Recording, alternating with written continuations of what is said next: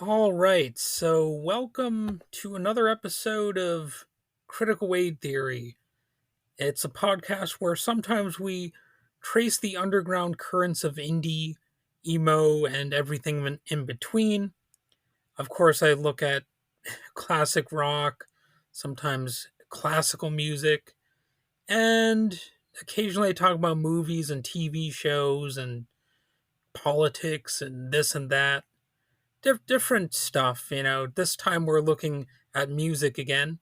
So I'm your host, Wade, and today we're looking at the career of someone who's been a quiet but consistent force in shaping the emo and indie rock scenes, Bob Nanna. So I actually had to look up a video of him being interviewed to make sure that I'm pronouncing his last name correctly. And indeed, it is correct to pronounce it as Bob Nanna. You know how these things go. Sometimes a person's name is pronounced in a different way than you would expect. But in this case, it's, pronounced like that. So if you came up in the 90s emo scene, or if you've gone down a few Bandcamp rabbit holes, chances are there's a chance you've heard his voice. I can't say that I grew up listening to emo a whole lot. I definitely have history of listening to punk rock, which is in a similar vein, and alternative rock. So I probably haven't heard that many songs from this guy, but in recent years I've heard more of his material. Maybe you didn't realize it at the time, but he was pretty active in alternative rock for quite a long time, and he's definitely had an influence, whether it was through Braid, Hey Mercedes, The City on Film, or Lifted Bells. Bob Nanna has always been there, since the 90s anyway, writing songs that hit just the right nerve with the people who were there to hear them. So let's look at the different phases of his career and why his influence still matters. The first one was Braid, sometimes considered one of the blueprints of second wave emo. So it started in Champaign, Illinois in the mid 90s. That's where Braid was born, a band that would go on to become a cornerstone of the second wave emo movement. So Bob Nanna was the vocalist and guitarist, and Braid's sound was emotional hardcore meets math rock, complex guitar riffs, dynamic shifts, and an urgency that never lets up. Their 1998 album, Frame and Canvas, is considered by some to be the classic of that time.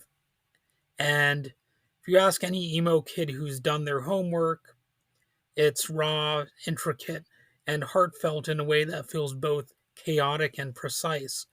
That record helped define the emo sound that followed, especially as the genre veered away from hardcore roots and towards something more melodic but no less intense. And sort of the phase two was Hey Mercedes, which was polished but still punchy. When Braid broke up in 1999, Nanna wasn't done. He formed Hey Mercedes, and you could immediately hear a shift.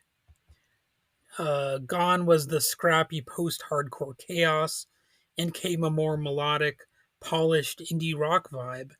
Albums like Every Night Fireworks and Loses Control still carried emotional weight, but they were cleaner, catchier. It was more underground radio than basement show. There's a track playing your song that kind of sounds like if Dave Grohl fronted an emo band.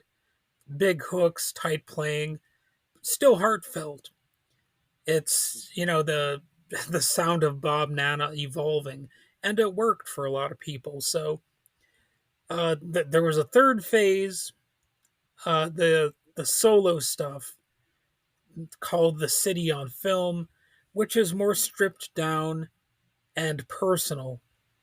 And every songwriter needs a quiet space, and for Nanna, that space was the city on film.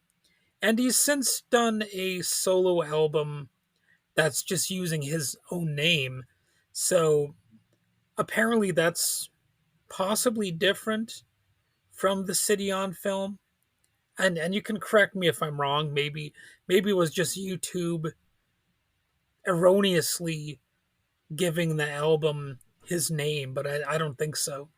But anyway, the city on film was his solo project, and it's where we really see his songwriting up close, more acoustic driven, more intimate, sorry, and more experimental. And if Braid was the scream and Hey Mercedes was the sing along, the city on film was the notebook scribble, the stuff you write late at night and maybe never show anyone. Except he did show people, and it's considered beautiful in its simplicity. The stripped down sound is something that people appreciate in a different way.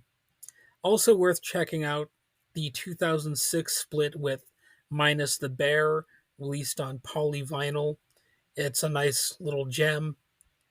And there's also Lifted Bells, his more recent group, which kind of gets back to the roots, maybe moving forward with sound in a different way.